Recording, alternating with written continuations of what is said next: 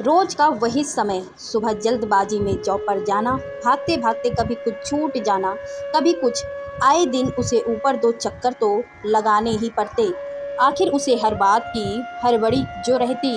क्यों ना हो, नया नया जॉब लगा था, घर की और नौकरी दोनों की जिम्मेदारियां को निभाना, वह भी सुबह के समय।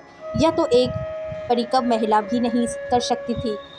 विनी तो बेचारी अभी महज भी नहीं कर सकती थी। 22 साल की थी। इतनी छोटी उम्र में पिता की बीमारी ने उसे इतनी जल्दी परिपक्व बना दिया था। आज भी वह कुछ भूल आई थी। गाड़ी स्टार्ट करने से पहले भागते हुए ऊपर गई।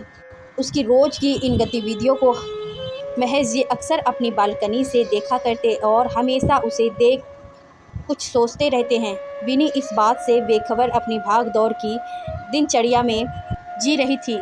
महेश जी उम्रदराज थे, अपनी पत्नी के साथ अकेले रहते थे, घर का सारा काम खुद करते थे, यहाँ तक कि पत्नी के कपड़े भी स्वयं ही धोते।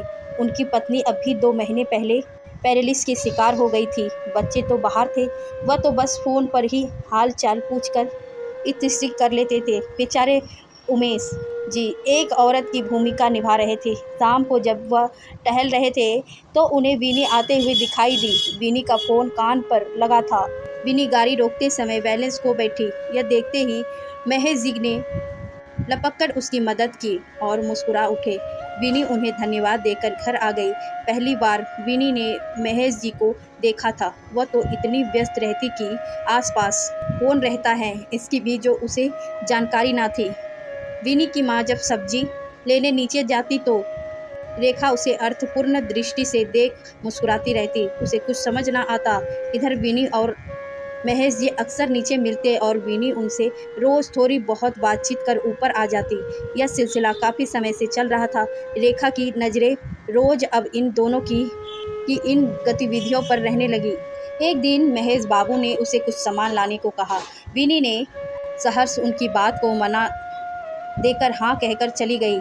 उस दिन बात आई गई हो गई। दूसरे दिन शाम विनी जब लौटी तो रेखा ने देखा कि एक सुंदर सा बुके और गिफ्ट गाड़ी की डिक्की से निकाल कर महेश जी को फ़ोन लगाया। महेश जी भी तुरंत शॉट के बटन लगाते हुए खुशी खुशी तेज कदमों से विनी की ओर आई। यह सब देख रेखा ने सभी आसपास की महिलाओं के कान भरने शुरू कर दिए और विनी को बदनाम करने लगी। इतनी सी छोकरी अपने पिता से भी बड़े उम्र के व्यक्ति से चक्कर चला रही है। यह बात अब धीरे धीरे सारी मल्टी के लोगों में आग की तरह फैल गई। विनी की माँ नीचे सब्जी लेने जाती तो सभी महिलाएं काने फूसी करने लगती। विनी की माँ को कुछ समझ नहीं आता। उस दिन तो रविवार था। विनी बालकनी में बाल सुखा रही थी, तभी उसने देखा कि कॉलोनी की महिलाएं नीचे एक तरह हो गई और विनी की माँ को नीचे आने के लिए आवाज़ दे रहे हैं। थोड़ी देर में वहाँ कुछ बुजुर्गों भी एक तरह हो गए। विनी को समझ नहीं आया कि मांजरा क्या है। तभी नीचे से विनी को देख रेखा बोली, अपनी माँ को तो जरा से नीचे भेज। विनी माँ से बोली, माँ तुम्हें नीचे बुला रहे हैं, सोसाइटी में कुछ घटित हुआ है क्या? विनी ने सवालिया नज़रों से माँ की ओर देखते हुए पूछा, बेटा पता नहीं, कुछ काम होगा, मैं आती हूँ, तुम पापा का ख्याल रखना। कहते हुए विनी की माँ नीचे आ गई। रेखा उसे देखते ही चीख चीख कर बोली, विनी की माँ अपनी लाडली को नीचे नहीं बुलाएगी, पूरे कॉलोनी का माहौल ख़राब कर रखा है, हमारे भी बच्चे हैं, इन बात का उन पर असर क्या होगा, कुछ पता है? विनी की माँ सहम गई। क्या हुआ जो आप लोग इस तरह की बातें कर रहे हैं? तुम क्या घर में आंखें पर पट्टी बांध कर रहती हो, जो समझती नहीं कि तुम्हारी बेटी क्या गुल खिला रही है? कल तो मैंने सब अपनी आंखों से देखा है। मेरी आंखें धोखा नहीं खा सकती और मैं तो आए दिन इन दोनों को देखती रहती हूँ। कहते हुए महेश जी के घर की ओर देखने लगी। उन्हें भी आवाज़ लगाकर नीचे बुलाया। घबराए से महेश जी भी नीचे आ गए। जब उन्हें अपनी और विनी के इस तरह के फालतू रिश्ते को लेकर कॉलोनी की महिलाओं का नज़रिया पता चला तो वह चीख उठे। बोले, किसी मासूम लड़की को बदनाम करने से पहले 100 बार सोच लिया करो। तभी रेखा हाथ पटकते हुए बोली, हाँ हाँ, क्या कल जो देखा वह झूठ था? कल मैंने अपनी इन्हीं आंखों से देखा, विनी तुम्हें गिफ्ट व फूलों का गुलदस्ता दे रही थी। विनी को जब यह बात पता चली कि नीचे चर्चा उसी के बारे में हो रही है तो भागती हुई नीचे आई। बोली, आंटी, हर रिश्ते का एक ही मतलब नहीं होता।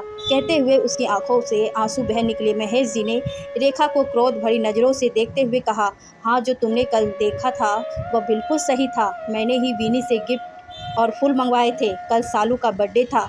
मैं अकेला रहता हूँ और उसे अकेला छोड़कर नहीं जा सकता। विनी को मैं रोज़ आते जाते देखता था, सोचता था कि यह रोज़ आती जाती है, कभी मेरा भी छोटा मोटा काम कर देगी। यही सोचकर मैंने उससे बात शुरू की और वह भी मेरा मान रखते हुए सहर्ष मेरी मदद के लिए मान गई। अब आप अपनी गंदी सोच को सभी पर थोपने से पहले जांच परख लिया करो। बेकार एक लड़की को बदनाम करने चली हो। तुम जैसी औरतें ही है जो समाज में जो होता नहीं है उसके बारे में भी मनगढ़ंत कहानियाँ बताकर फालतू की कशिश करके लोगों के बारे में बेकार की बातें फैलाती रहती हो। इतना सब हो जाएगा, यह सोचकर विनी रोने लगी। तभी विनी की माँ ने उसके सिर पर हाथ रखते हुए कहा, बेटा, किसी का सहारा बनकर जो लोग काम करते हैं गलत भी वही लोग सुनते हैं। तुम तुम्हारा काम करते रहो, मैं तुम्हारे साथ हूँ। समाज के पास तो सिर्फ नज़र है, नज़रिया नहीं। तभी महेश जी ने विनी के सिर पर हाथ रखते हुए कहा, तुम मेरी बेटी से भी बहुत छोटी हो। आज रेखा अपने बनाए हुए बेमतलब के जाल में खुद ही फंस गई। शर्मिंदगी महसूस करने लगी। उसे महेश जी और विनी से माफ़ी मांगने में भी झिझक महसूस हो रही थी।